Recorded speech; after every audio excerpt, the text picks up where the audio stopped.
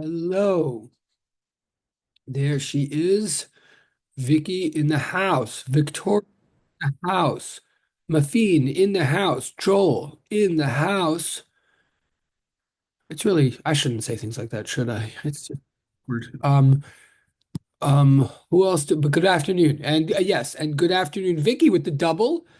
Good afternoon, Victoria with the double. Whoa, they really, wow. The cool. Good afternoon, Gabriel with the double and with the possibly triple. And Vicky's possibly triple if you count. Anyway, and good afternoon, Raina, with the hello, hello. Good afternoon. Sorry, I'm losing Joel with the double. Good afternoon, Caitlin with the hello, hello. Good afternoon, Mafine with the double. Good afternoon, Zoe. Hello, hello. And here we go.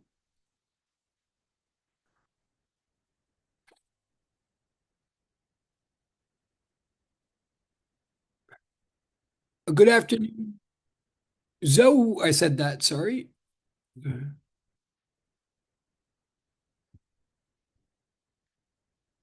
Good afternoon, Sonam. Good afternoon, transcript. Good afternoon, Abid. Good afternoon, Lear with good afternoon. Good afternoon, Good Professor. afternoon with the double. All right. With the voice, I mean. Um, and good afternoon, Roger. And hello, Anthony. And good afternoon, Sonam with the double. And good afternoon, Aminata. And good afternoon. We're still going. All right.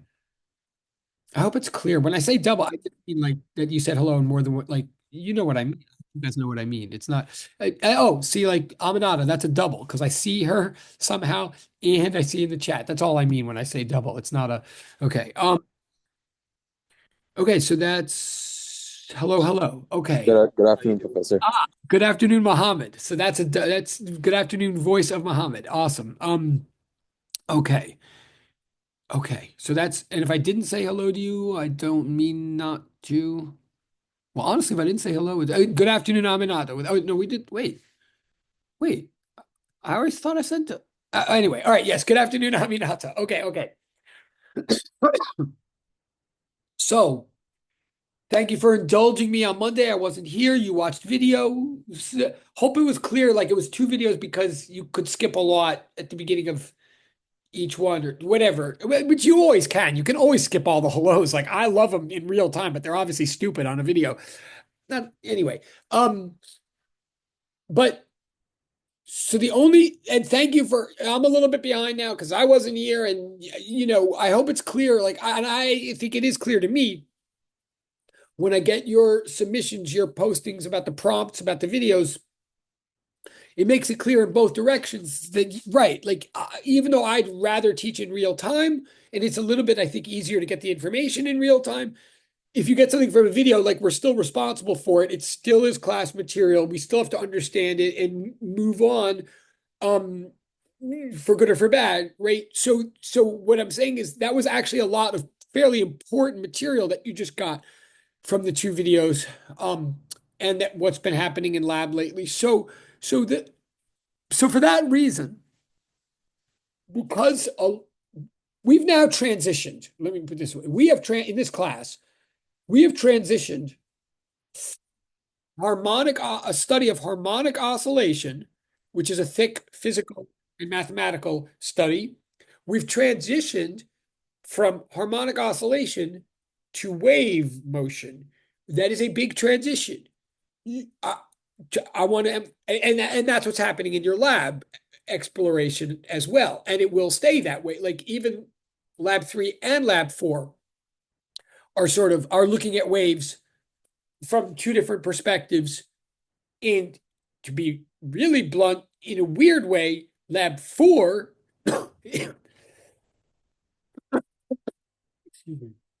lab 4 is more similar in a way to the approach that we're taking in lecture, or we were taking a lecture right before you saw videos. I'm trying to say that where we were in the lectures right before the videos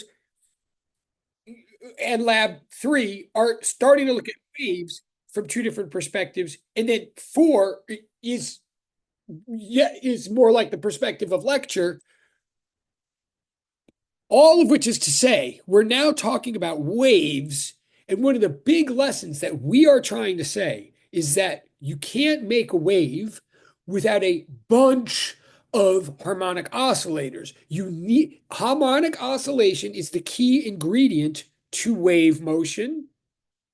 The key ingredient in order you can't make waves without harmonic oscillation.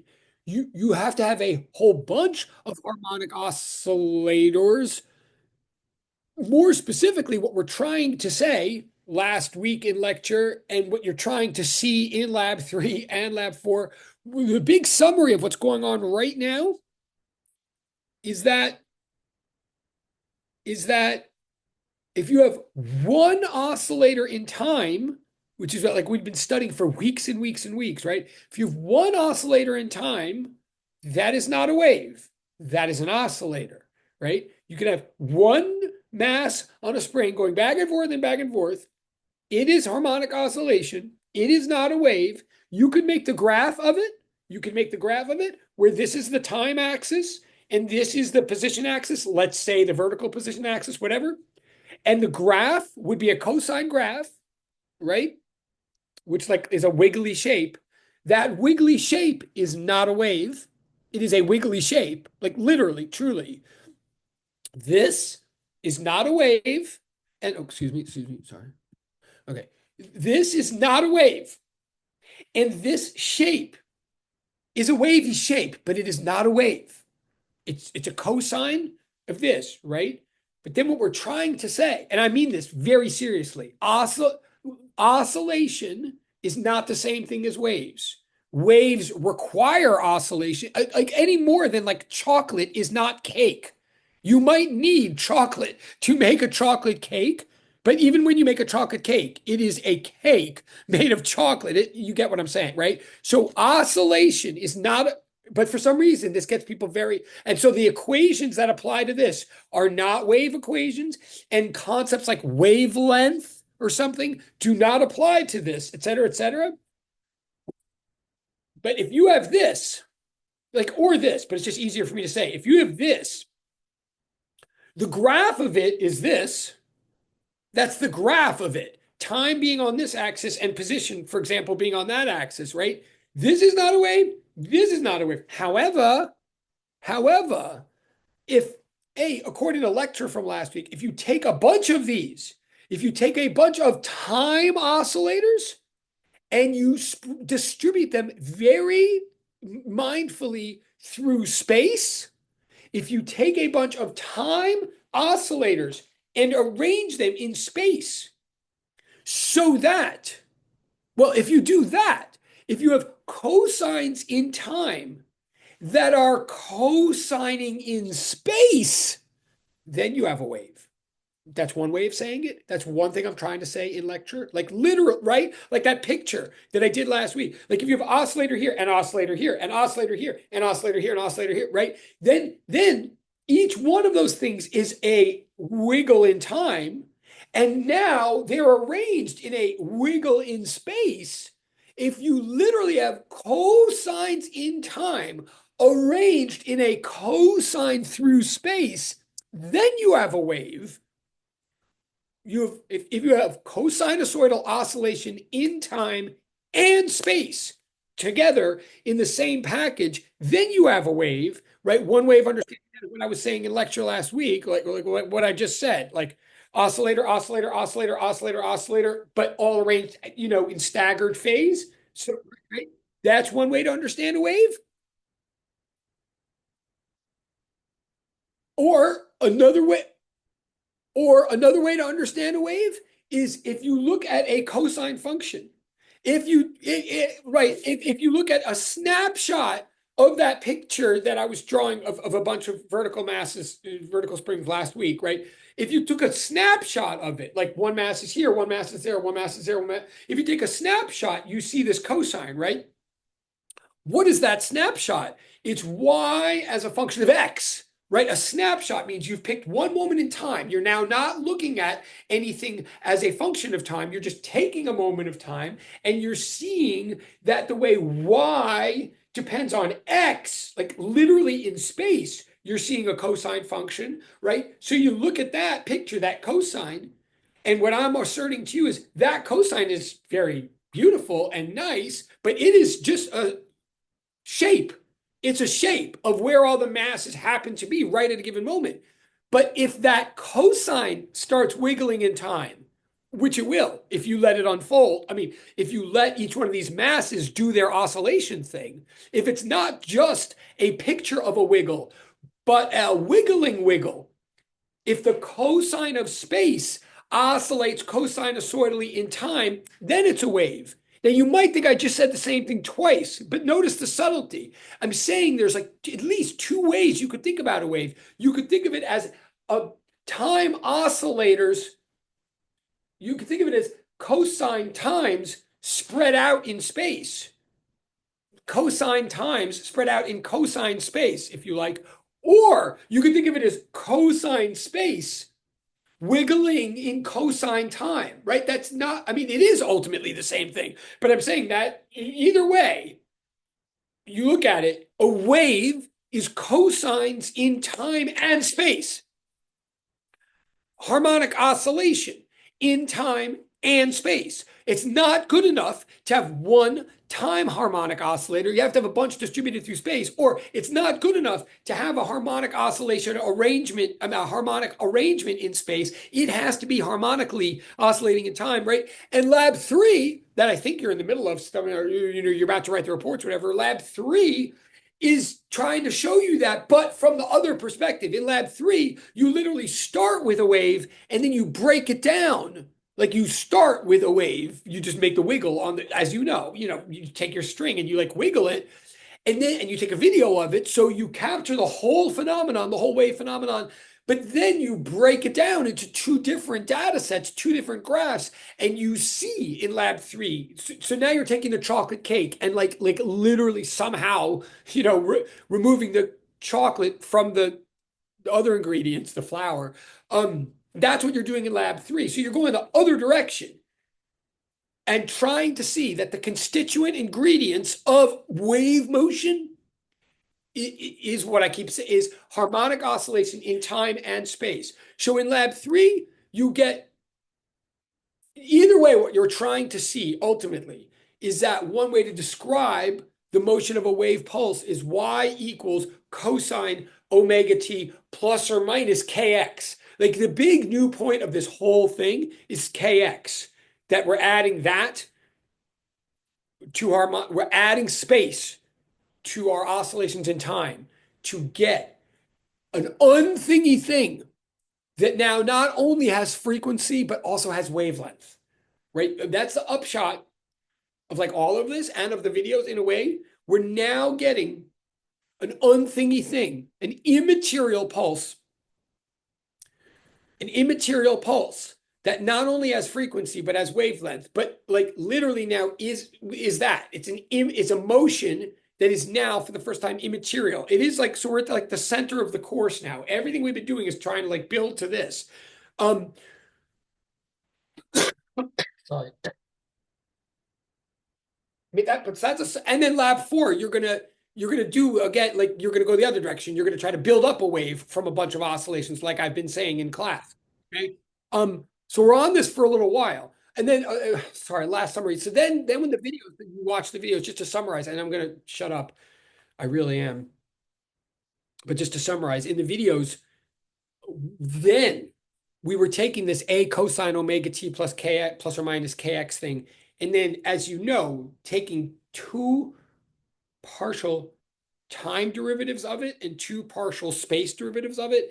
And I say partial and seeing like how the second derivatives were related to each other. And I'm calling them partial now, I'm calling them partial now because now for the first time ever in our math or physics education, like now we suddenly have a function whose output is the result of two independent inputs, we have a function of two variables now. First time, like that's not a small thing. First time, whatever, we have that now. So when we take derivatives now, when we look at rates of change, we can look at them with respect to one independent variable at a time. And guess what? The independent variable is called the independent variable partly because it's independent from other independent variables. Like I never realized that until I did. Like the whole idea of a wave is that, of this kind of wave that we're talking about, is like y depends on x and t. And when we say that it depends on x and t, part of what you're trying to see in lab 3 is that it literally depends on x independently from the way that it depends on t. That's why you can make two separate graphs, why you can decompose the whole thing, because t drives y its own way, and x drives y its own way. It's not affected by the fact that that the other one is happening. So when we take derivatives, we can take when we take derivatives, we're really doing the mathematical version of what you do in lab 3. We're just separating out the relationships because they're independent. They can be separated out. And when we do take the derivatives, we then find that the second time derivative is related to the second space derivative in a differential equation, a second order differential equation, a second order partial differential equation, the second one that we have developed in class thus far, and it's called the wave equation. I'm just summarizing, and I really will, but the summary is in the videos that we now have a new differential equation in our class. It's the one that describes waves as opposed to harmonic oscillation. Again, built from, but not the same thing. And we then unpack the constant of that differential equation to find that the constant, actually tells us the rate at which this wave propagates along an axis, the speed, the phase velocity, the wave speed at which this immaterial pulse travels through a medium, right? That's what we ultimately find in the videos. Okay, that's my summary of where we are. But here's what I'm really, having said all that, what I want to do today, because I think it is a lot of information and it's very important information. And I know the video went even beyond that and started going into Galileo's principle and all of that. So I want to pause and say, I would like you to put in the direct chat, I'd like us to like regroup today, since I didn't see you on Monday and so forth. And because I think the material is now getting thick and important, I would like you to put in the direct chat any super specific questions. Could be the one that you even could. I want specific questions of where you're confused or where you need more expansion, either from the videos that you just watched, or from what's going on in lab, or from whatever I said last week, or from the homework. Yeah, or from the homework. I want you to put in the direct chat question that you need more expansion on today. We're just doing Q&A today. Like, now that I've just given my little review synopsis, which already took more time than I meant, we're going to spend the rest of the period doing Q&A. I would like you to put the Qs in the direct chat. You don't have to rush. It's not a competition. And if you think of them while I'm talking, that's great too. Or if it's a follow-up. But the more specific the question, the better. Because like the more specific the question, the more of them I can answer this period. So anything that and it definitely could just be a repeat, because some of your questions in the that's what made me think of this, is that some of your questions in the video posting prompt were very good, and I want to get to them. So you're welcome if you asked a question that that was specific, because I haven't responded to them yet, but I've seen them. So you can just repeat that in the direct chat. That's fine. But put it in direct chat, please, so that you don't, so it's not a competition or whatever. And I will look at it. I'm going to pause and give you a little time to do this. And then I'm going to go through the direct chat and I'll answer the questions, like not necessarily in order, but like basically I'm going to look for the ones that I can answer the most quickly first and go like that. So oh, okay. So I already see good. So you're already good. Good. Thank you. All right. I'm just going to remind you, and I'm going to shut up.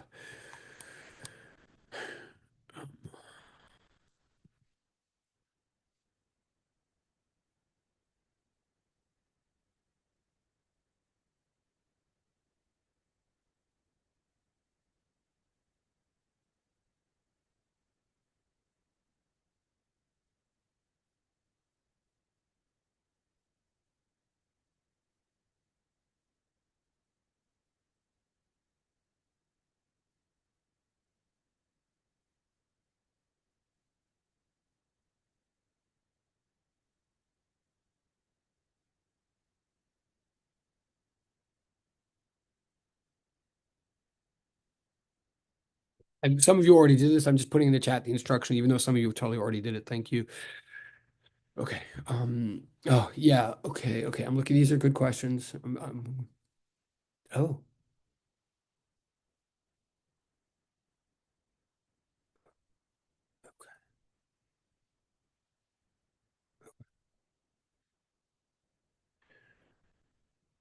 oh, okay. These are good questions. I'm just reading to myself.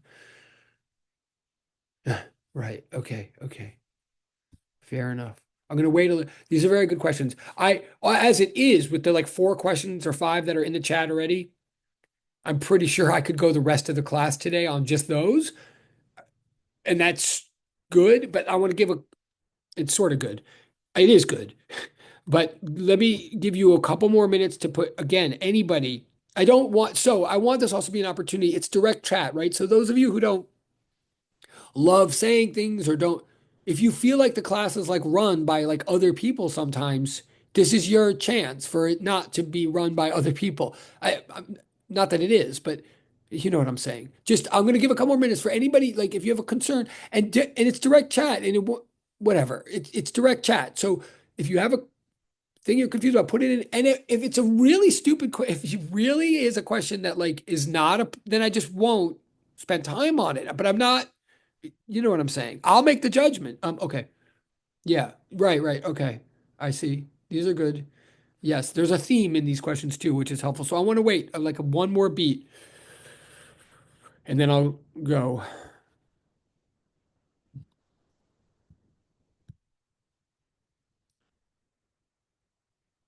Oh, okay. Okay. Interesting. Okay.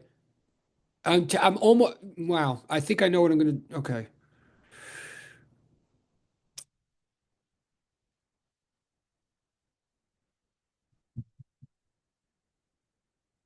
Okay. These are good. And these are a lot.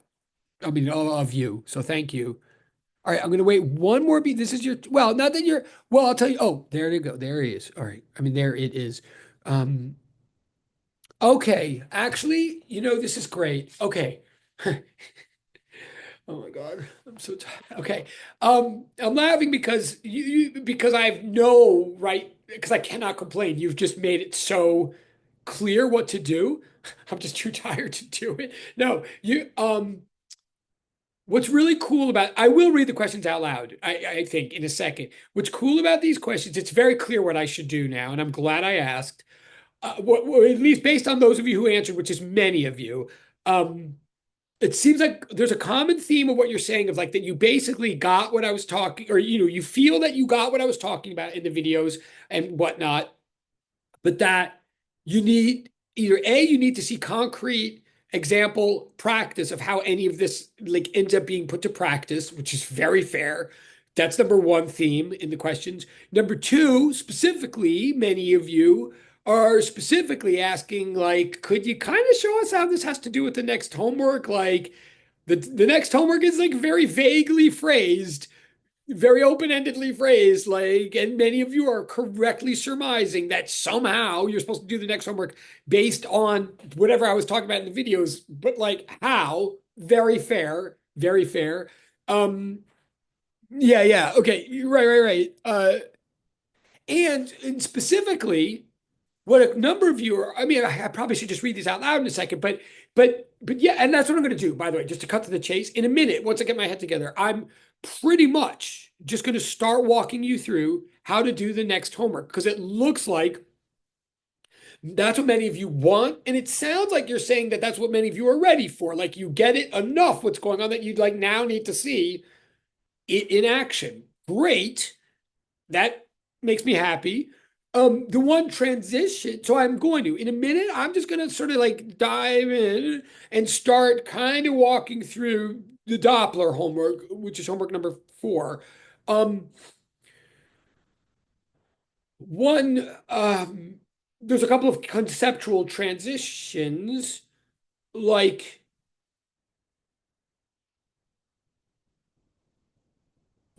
okay, let me, there's a couple of, like what I'll do, there's, oh my God. See, this is why it's good that you're running the show, not me. Okay, I'm gonna read.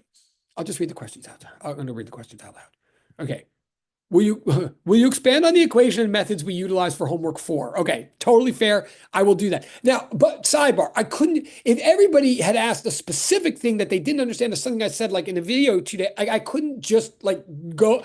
This is obviously going to take me the whole period once I get rolling, right? So I couldn't do that except that so many of you are at whatever. You get what I'm saying. All right. So will you? Yes, I will expand on the equation methods you use for homework 4. Yes, I will in a minute.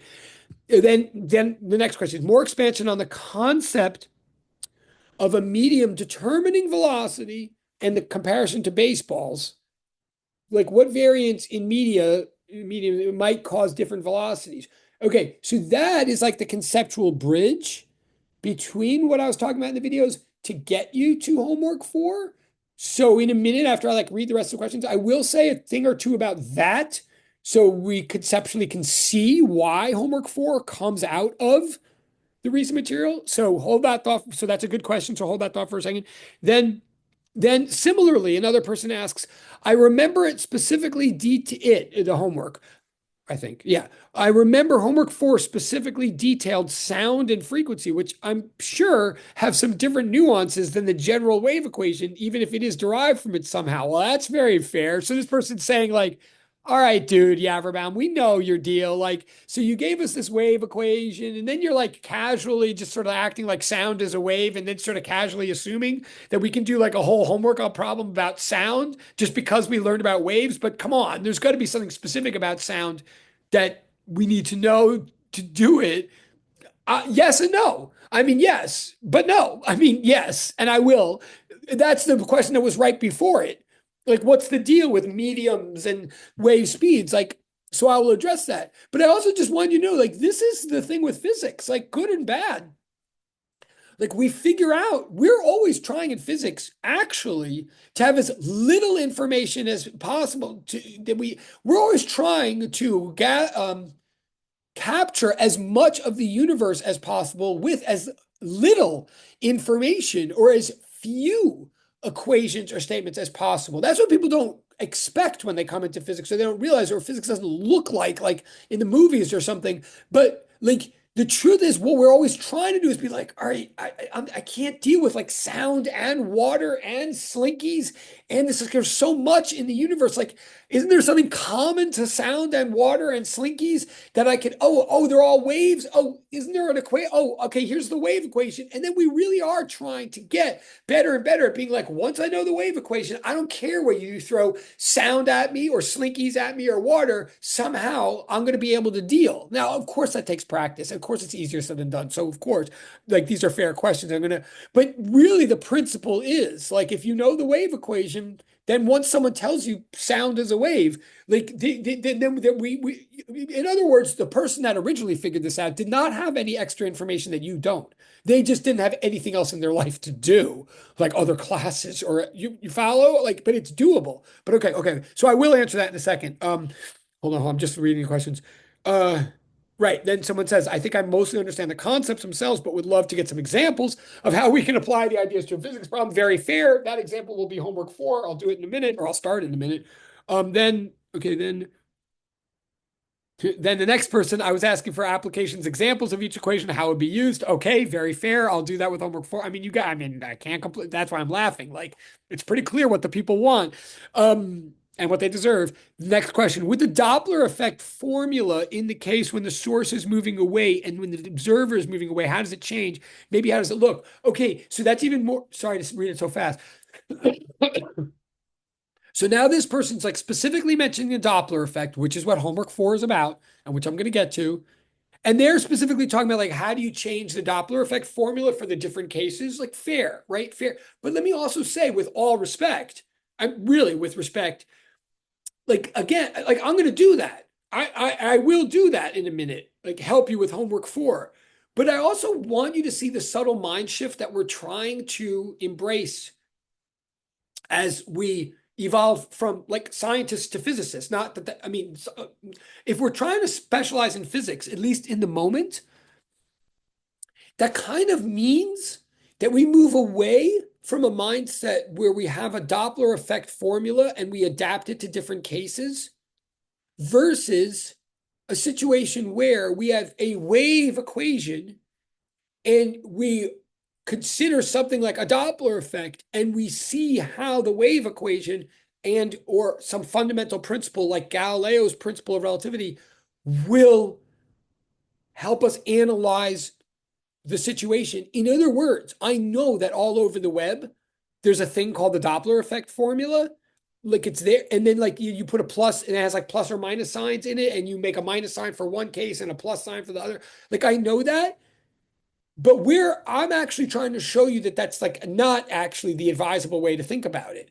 I think I don't want you to memorize the Doppler effect form. I'm not saying you can't, but I believe we can do all this stuff without memorizing a bunch of very many different formulas, and especially if the formulas, if they are just formulas that you just memorize that don't like necessarily make a lot of sense, and have like plus or minus signs in them that then you have to memorize a bunch of rules. Like for case one, I do this one plus and that one minus, but for case two, I do that one minus and this one plus, which is, I'm not making fun of any, but that is the way. If you get the Doppler effect formula from the web, that's literally how it works. There's a two plus, there's a fraction, there's two plus minus signs in it. And then you have to know for every specific case which one to make plus or minus. To me, now that's all valid. Like, and if we ever took an exam or well, I don't want to get, but like it's all true and valid. And if you really understand it and can really show me or yourself that you really understand why all that works, so that you on your own later could do other stuff that you haven't thought of, then Quark bless America. But actually, what I'm trying to say here is that I don't understand. Like, it's way that's a lot to memorize, and we're trying to like not memorize stuff. We're trying to be equipped for new situations. So I'm going to show you when I shut up. I'm going to show you how to analyze the Doppler effect problem just on basic principles, and you'll see where the Doppler effect formulas came from as we do it. But I don't even think it's a. I think we can do one principle all throughout that will cleanly adapt to all the cases, and we don't have to memorize what to do for each case at all. That's what I'm going to try to show you, and I will. But so I'm just saying like that, but that's the shift in mindset is that we don't want 1,000 more equations or anyway, you get my point. Okay, hold on. So more then another person, I was asking for applications or examples of each question, how it would be used. Yes, that's what I already read that. Then in the video, okay, here's the last one. And then someone like smiley face, do the homework. Okay. Or like crying smiley. In the video, the speed of sound was discussed and medium. How does the speed of sound affect the medium? Okay, so that now ties us back. So here's what I'm going to do. There's like three questions in there that are asking me to sort of like make the conceptual bridge to the Doppler, to sound and to the Doppler effect. And then tons of people are basically asking, can I like walk you through the Doppler effect? Okay, so that's what I'm going to do. I'm just thinking to what extent to use the board.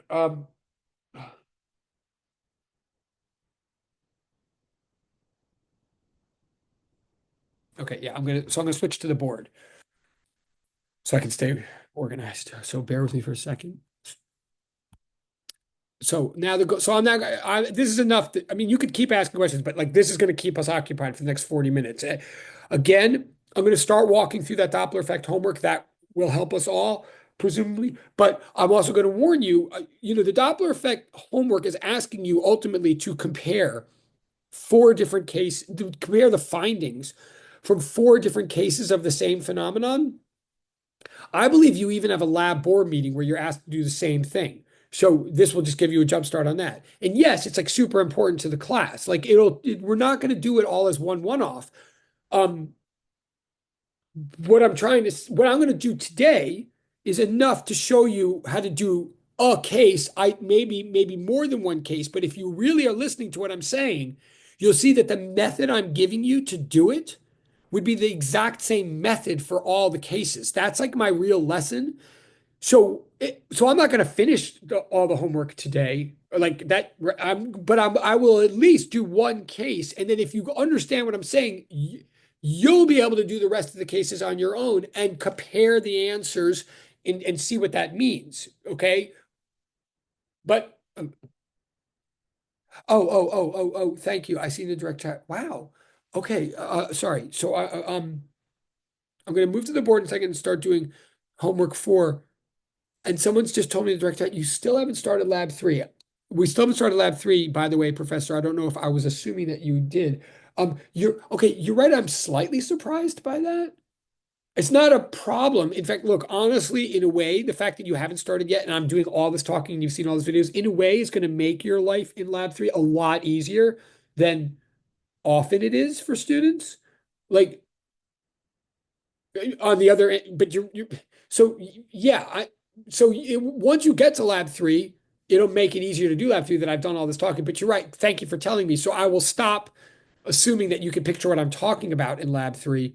I will stop making that assumption. And yes, I am slightly surprised. I guess it's because you have lab on Wednesday. Is that why? So you've missed, oh, yeah, because of the, okay, okay. So, but really, but what are you, you haven't done a board meeting in lab yet, right? You've done lab 1 and lab 2, and the labs are on Thursdays. Wait, but lab, I see what you're saying. Okay, okay, okay. Well, so yes, you're right. I'm slightly surprised, but I'm not worried, and neither should you be. It just, it, it, it's making it slightly. I'll adjust the way I'm saying in lecture so I don't keep assuming that. But I will tell you, this fact is just all of what I'm saying will just make it easier for you to follow what's going on in lab 3. You did do a board meeting, okay, but it was related to lab 2. Okay, that's fine. That's great to know. Also, again, surprising though. So what was the? I thought we usually. Okay, okay. Just tell me. I guess it's on. And I love. I mean, one day we'll. I mean, I love board meetings, but it was on lab 2. So what? It was about frequency and was it about angular frequent? Oh, okay. I wonder if. And this is with Professor Talley, yes?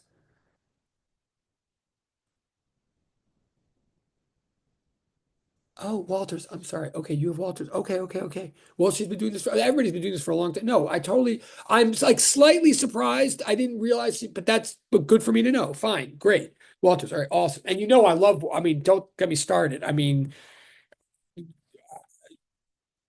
on how much I love these people and how far back Walters and I go. I mean, like whatever she's doing is great. But yes, I was slightly surprised. Okay, okay, okay. So, okay, okay. So.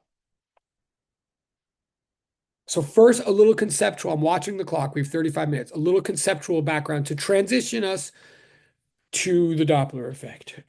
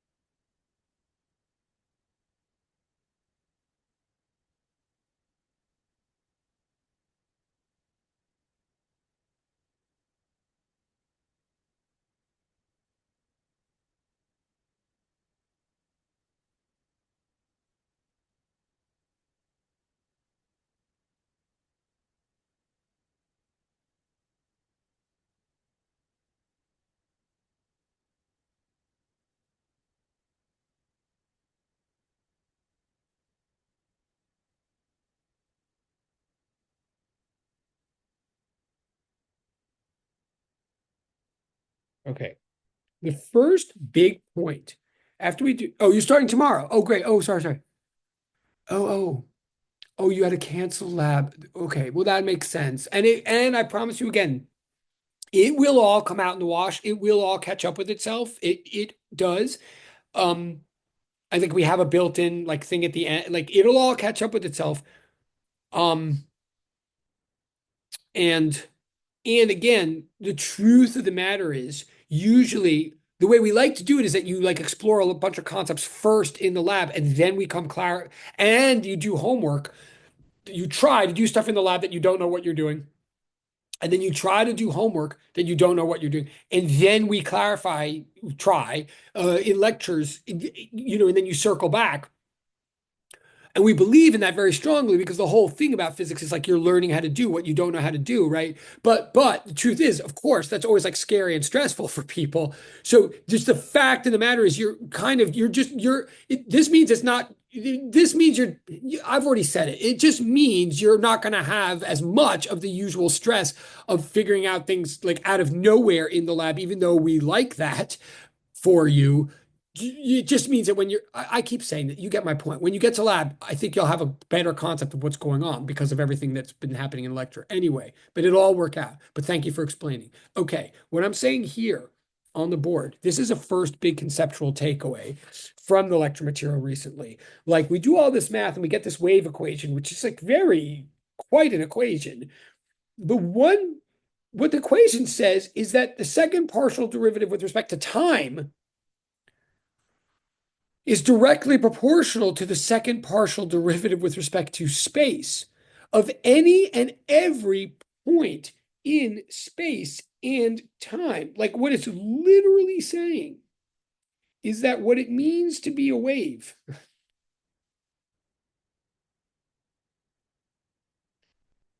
like what it means to be a wave is that this cosine thing is happening in space and in time. Specifically, the thing that you are trying to find out when you do lab 3, when you're going to make a wave on a string, like a long slinky. You're going to like shake it back and forth and make a movie of it. And then you're going to like put dots in the movie to collect data from the movie. And you're going to create 2 different graphs from the movie of the wave. And both graphs are going to look like this. Only one graph is that for a given value of X. I'm telling you this right now. Like you're going to make a movie of a string shaking back and forth. But in one case, you're going to look at one particular horizontal spot in the movie and watch as the piece of metal fluctuates up and down, as though you were focusing on one oscillator in that whole assembly that I was talking about last week, right? You're going to focus on one horizontal position, like you're going to hold X constant and watch as Y varies as a function of time. And you'll produce a graph that is literally a cosine, like not surprisingly in a way, right? But then the whole catch of lab 3 is that then you're going to, instead of looking at one horizontal place and watching through time as something goes up and down, then you're going to pick one frame from the movie. Like literally, you're going to pick one frame. So you're going to, and forgive me, because I can't have room for this. Then you're going to pick one frame from the movie. So you're going to hold time constant and just look in that frame of the shape of the metal of the slinky, and you're going to find that, just like I alluded to last week, that in that one moment of time, the Y versus X function is a cosine, right? Like everything I've just been saying, right? So, okay, so this equation is trying to say that what it means to be a wave is that at any given moment,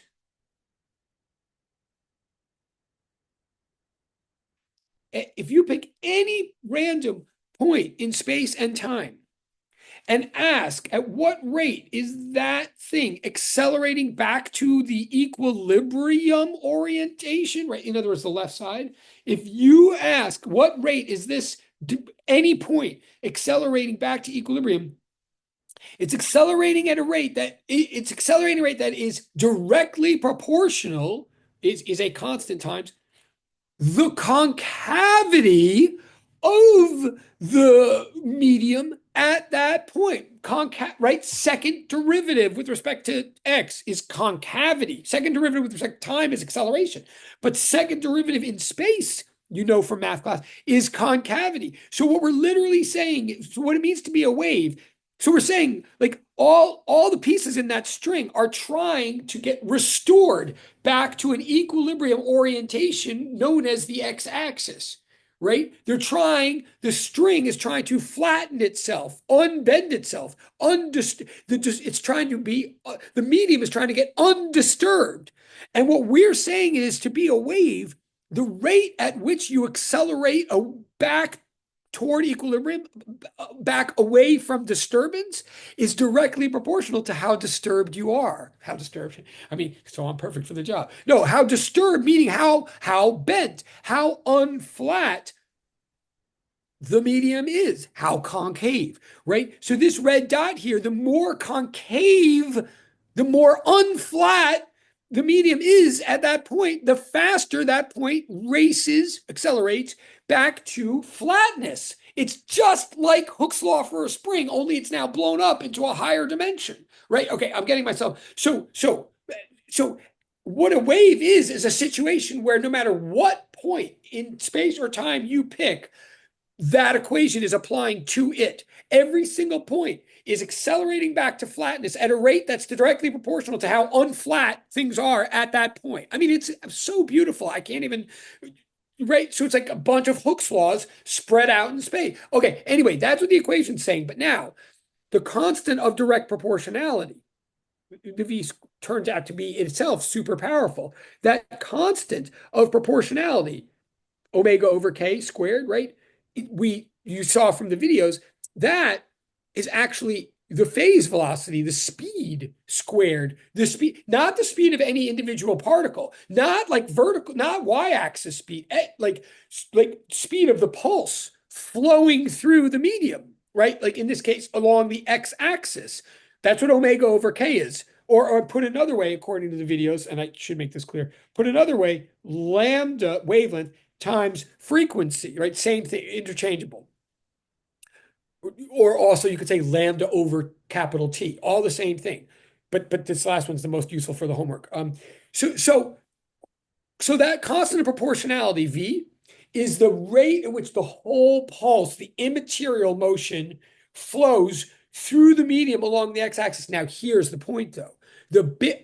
Point number one is, wait a second. If V is omega over K. I'll just. Sorry. Oh, sorry. I think you want to be. I'll just. Okay, unless you're actually asking, I think if you do have a question, anybody, definitely ask it, but I feel like that was not what you meant to do. So I just put it on mute. What's crazy is that if the speed, the flow, the phase velocity, the propagation speed of the wave, if that is omega over k, which it is, just like by definition, if you think it through, watch the videos. Well, we've been saying for a long time that omega, and by similar logic k, omega is determined by parameters. One of the reasons that we got so obsessed over harmonic oscillation is the characteristic of harmonic oscillation is that the oscillation rate, omega, is fully determined by the material properties of the oscillator. Remember, to be a harmonic oscillator, you're shaking back and forth at a rate that has nothing to do with how you were set up. It doesn't matter what your amplitude is. It doesn't matter how far away the mass is held initially from the equilibrium position. It will go back and forth at a rate that is fully fixed as long as you know its material properties. In other words, in the case of a mass on a spring, as long as you know M and you know K, I mean, the Hooke's law, the spring stiffness, then you automatically know omega is the square root of K over M. And the similar logic applies to angular wave number, this other K. In other words, I'm saying, wait a second.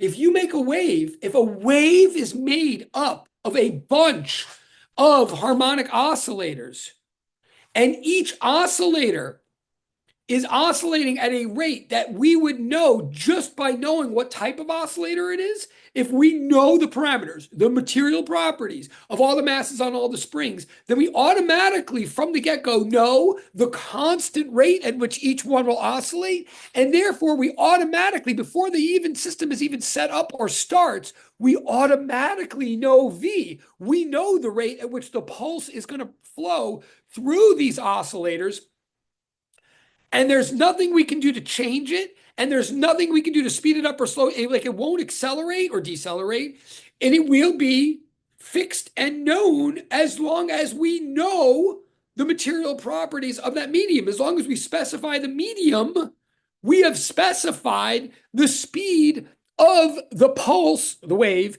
relative to the medium. Like, so I'm about to flip the page, but I'm saying this is a huge point. And this means, so it doesn't matter. So whether it's masses on springs and you know that the medium is metal, or it's ripples in the water, so you know the medium is like hydrogen and oxygen, atoms put together in a certain way. Like, the point is, any wave can be thought of as a bunch of little masses on little springs, even if the masses and the springs are like water molecules or sound, excuse me, or if they're like air molecules through which we're sending a pulse known as sound. So I'll get to that in a minute. But like, it doesn't, once you have a bunch of matter oscillating harmonically in time and in space, as long as you can describe the matter, whether it's, as long as you can describe the key material properties of the matter, then those material properties reduce in effect to like a K and an M. In fact, that's kind of the point in homework 3, where you have like a temperature system, and then it says at the end, what would the effective K, like if you treated this whole weather system as like a spring, what would its effectively, what would its stiffness be? That's what we're getting at. That any system, even if it's sound going through air, as long as you know the temperature and the pressure of the air, that's like knowing the mass and the K of the bunch of little springs that air molecules are acting as. So as long as you specify the material properties, air at standard temperature and pressure, or water at this temperature and this depth, once you say the properties, you have said the omega and the K, and therefore you've said the V. And so all of the waves will travel at a given speed relative to that medium, whatever type of medium it is. Like, that's my big point. And it is a big point. This is why waves are so special. Like, first of all, this is why and it applies to sound. I will now apply it to sound with the Doppler effect, but in a way, there is no nuance. I mean, of course there is, like, but in a way, like, the point is, I don't need to, it's on the one nuance is that you've heard of the speed of sound before, right? I mean, you may not have memorized it, but like, people talk about the speed of sound. Well, how can they even do that? Like, as though there is one, as though there's a speed at which sound like travels. I mean, no one says that about baseball. Oh, this is the baseball point. You don't say the speed of you could talk about the speed at which baseballs are capable of traveling or something, but like, I throw a baseball at one speed relative to me, you throw a baseball at a totally different speed. Like, baseballs do whatever they do. But sound, apparently, at least once you specify, like, say, sound through air at standard temperature and pressure, then we all actually know that it goes at 340 meters per second relative to the air. Sound travels through air at 340 meters per second relative to the air. And it doesn't speed up or slow down. We can like believe it because it's really just a bunch of air molecules oscillating. And if they're all air molecules, they all have to oscillate at the same rate. So, and therefore they send the pulse at the same rate. Like, we can literally say that about wave motion in a way that we cannot about particle motion. It's one of the reasons wave motion is so powerful and important, that this phenomenon will happen in a reliable way. A flow through a medium will happen in a reliable way once you specify the medium. I'm about to go. But now, could sound travel through something other than air? Yeah. So like, sound could travel through water, or sound could travel through a nylon string of a guitar. So then once it does that, then we just, yeah, then we say, oh, well, if it's water molecules rather than air molecules, they in effect are springs of a different stiffness. Like, and the way they're stiff, like, is because of their temperature or whatever. Like, I mean, it's like us.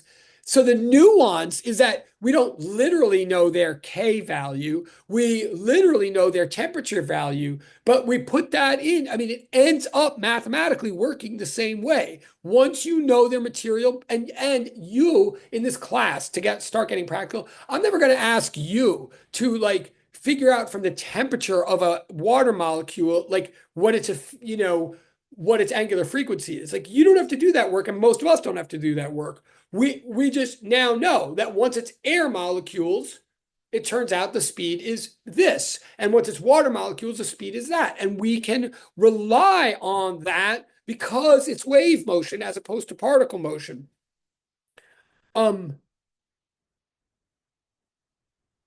So I'm going to keep. So how to apply it to the homework?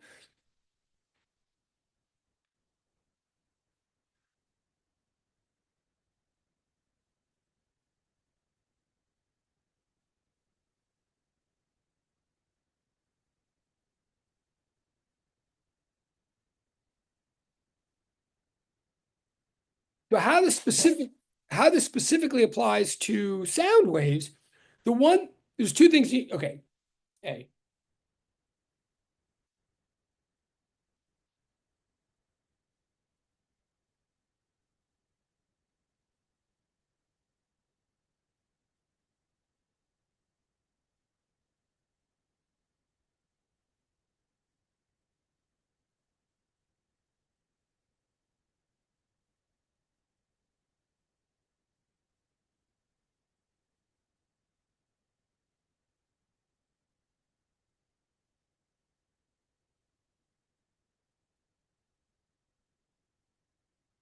Okay.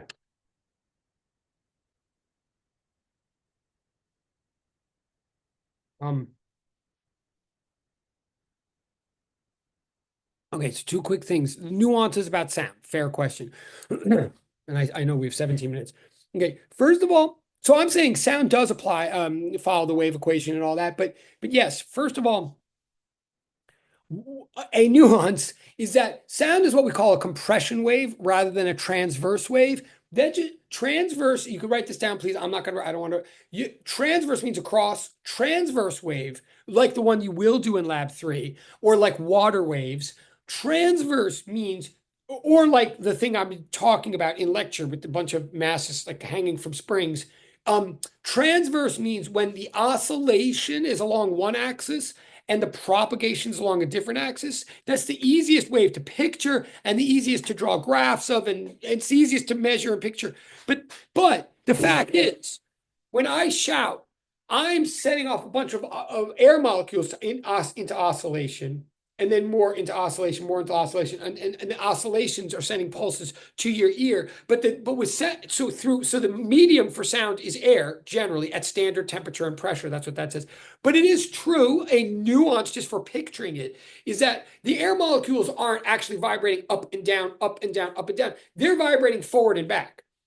So in other words, the propagation and the oscillation are actually along the same axis for sound. That's interesting. That's a little bit more sophisticated. So it's like boom, boom, boom, boom, boom, boom. The air so the air molecules get tighter together. They compress. And then they spread apart. That's called a rare. So they come together. That's called a compression rather than a crest. And then they spread apart. That's called a rarefaction rather than a trough. So they're squeezing and spreading and squeezing and spreading and squeezing. And so what you're getting are these little pressure pockets instead of height, right? So yes, that's an interesting nuance. And so when we draw pictures of sound, we like draw like wave fronts like that instead of like squiggles like that. So that's interesting and good point. But it's still, the math is exactly the same. And each one of those pressure pockets, so it's like pressure instead of y coordinate. But each one, so if you wrote the wave equation out, it would be pressure instead of y. But literally all the math and everything's all the same. All that changes is the units of measurement, honestly. Okay, so that's number one.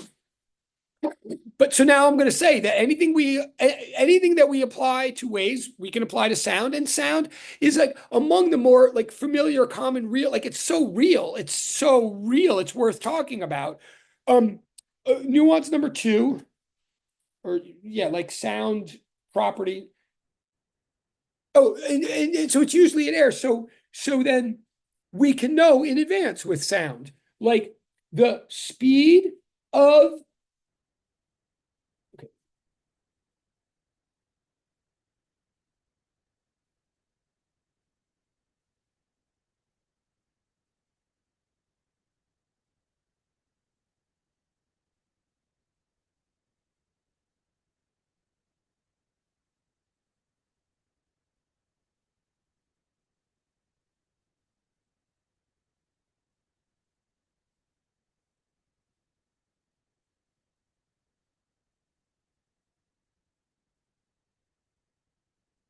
So if the speed of sound,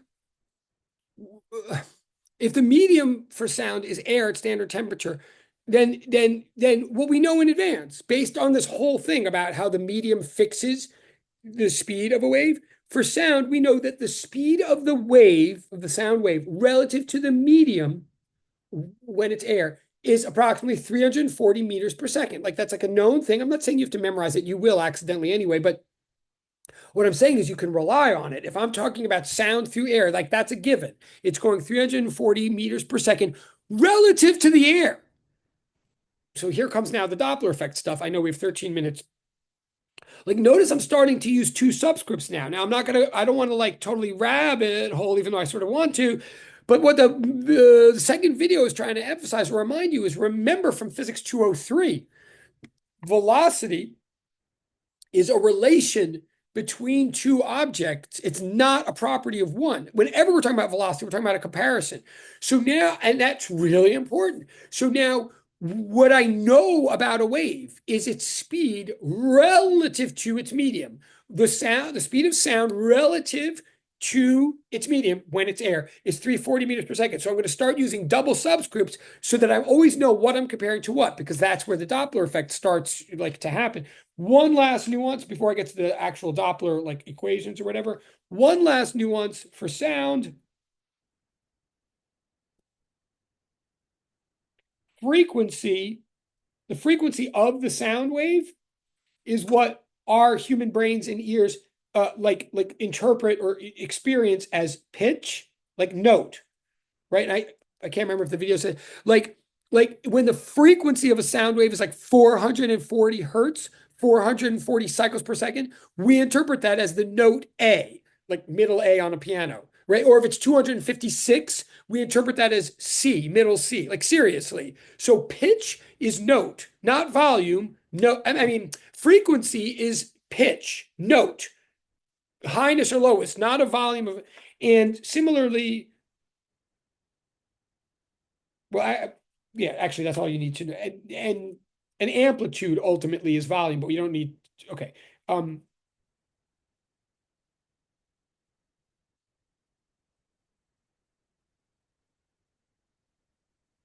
Okay. So now, what's the Doppler effect? 11 minutes.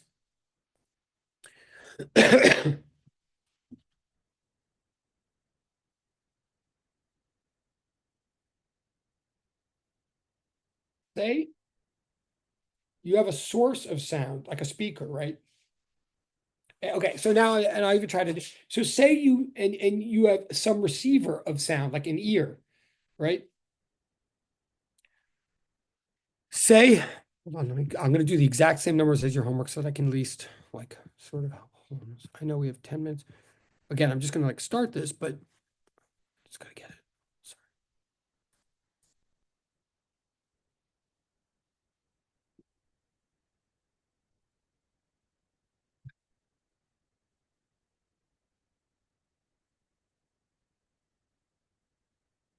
But yeah, by the way, I don't know why the homework says about feeble Fetzer. Don't worry about that. Like that's annoying. It doesn't have anything to do with anything. But VWM equals 340, right? And now let's say, okay, let's say that right, the sound coming out of the speaker what's given is that the frequency of the wave relative to the source is 800 hertz, right? And what's given, definitely, if it's sound, is that the velocity of the wave relative to the medium is 340, right? But then what it wants you to do, it I'm asking you to imagine four different cases. What are the four different cases? One case would be you, the receiver, moving toward the source. Another case would be while the source sits still in the medium. Another case would be the receiver moving away from the source while the source sits still in the medium. And then third case would be the source moving back or the source moving forward. These are four different cases. And the premise or the assumption or the reality that we've actually experienced all the time in life is that in any of these cases, if either of the objects has any motion relative to the medium, then the frequency measured by the receiver will not be the same as the frequency measured by the source. If I'll write that this is the Doppler effect. The Doppler effect is that the frequency of source and receiver will not be the same measurement if either or both the source or receiver has motion relative to the medium. In other words, the Doppler effect is that thing, right? And it has nothing to do with volume. It's entirely to do with pitch. It's that what the car sound, what the car horn makes, what the person in the car hears a car horn sound doing, or motorcycle or whatever, is not the note that you hear if the car is going toward you at some speed, and it's not what you'll hear if the car's going away from you at some speed. And those two things are different. The relative motion of the source and the receiver affect the relative frequency of the source and the receiver. I'll just write, and we can see that, and we don't need any new equations to see it, as long as you believe. Well, okay, hold on. So, I know we have 7 minutes.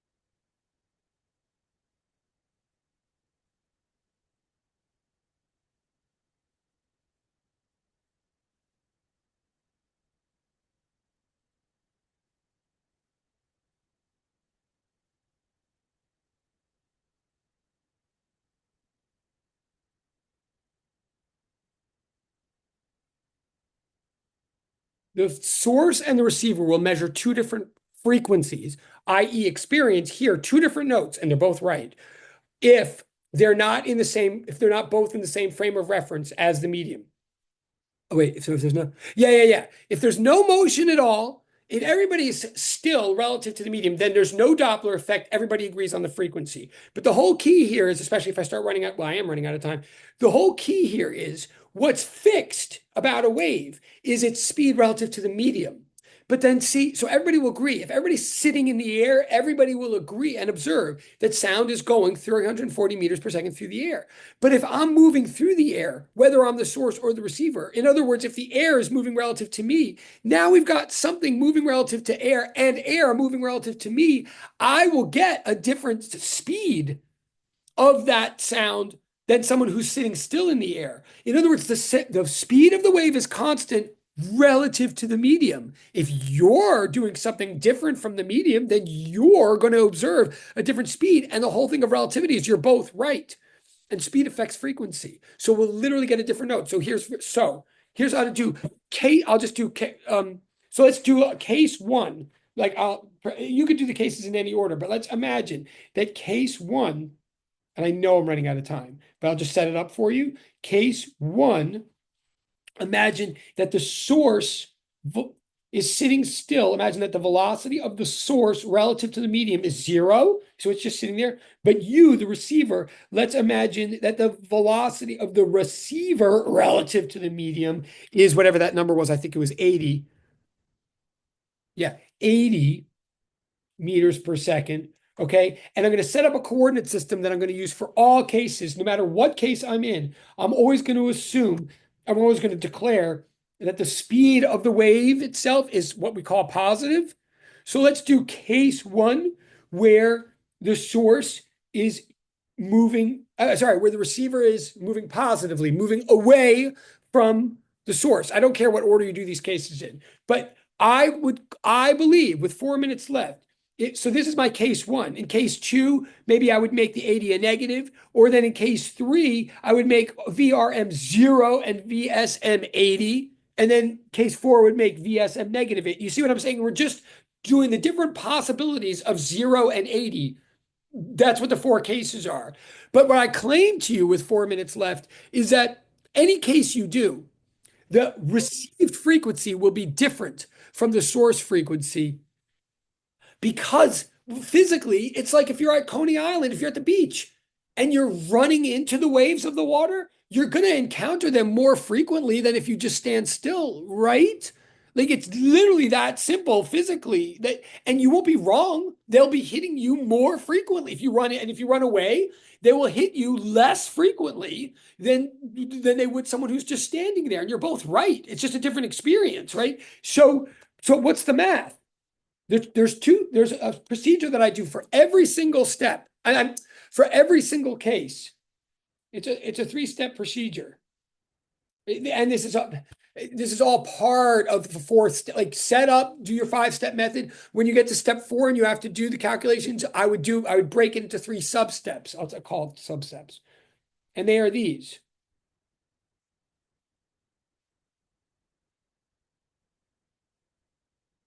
I know I have like 2 minutes left. The first step I would do is solve for the wavelength according to the source every time. Every time. Get the wavelength according to the source. How do you do that? There's 2 equations that drive this entire thing. The way you do that is, one equation that's true for this whole thing is that the speed of a wave relative to the speed of a wave is always its wavelength times its frequency. So the frequency of the wave relative to the source, and the speed of the wave relative to the source. So like divide, right? But notice this, the second equation that you're going to use all throughout, especially if I'm about to get cut off by the bell, equation one that you always need is that V equals lambda F. But we notice now that velocity, speed, is relative. It's always one thing relative to another. So any 2 objects. So the other thing we need to know throughout this entire thing is that the speed of something relative to a third object is the speed of one relative to the second plus the speed of the second relative to the third. I know I was explaining this in the video. You like, what does that have to do with anything? It has to do with, I know we have 1 minute left. It has to do with,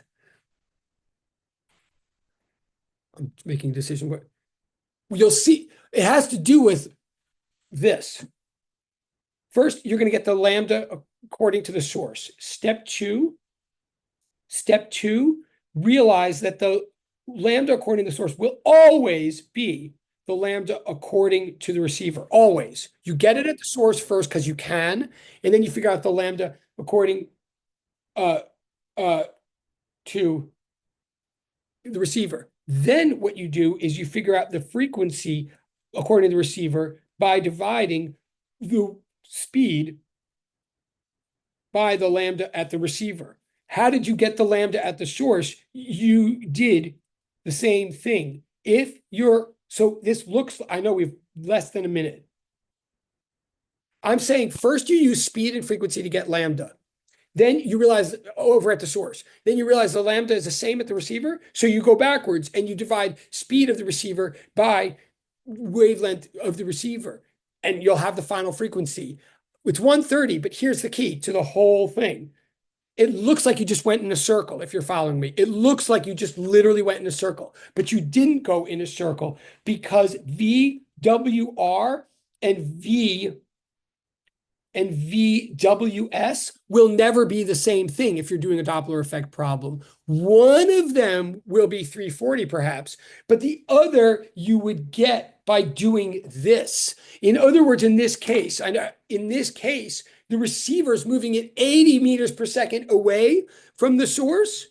So what's the speed of the wave relative to the receiver? It's not 340, it's 340 minus 80, 260. Like he's running away from these waves. So they're getting at him much slower than they would if you were standing still. I know I said that quickly, but literally this is the procedure and this is the application. You use the speed and the frequency to get wavelength, you carry the wavelength over, then you use the speed and the wavelength to get frequency. And the key to the whole thing is realizing that the two speed values that you put in will not be the same. They will differ because of Galileo's principle of relativity.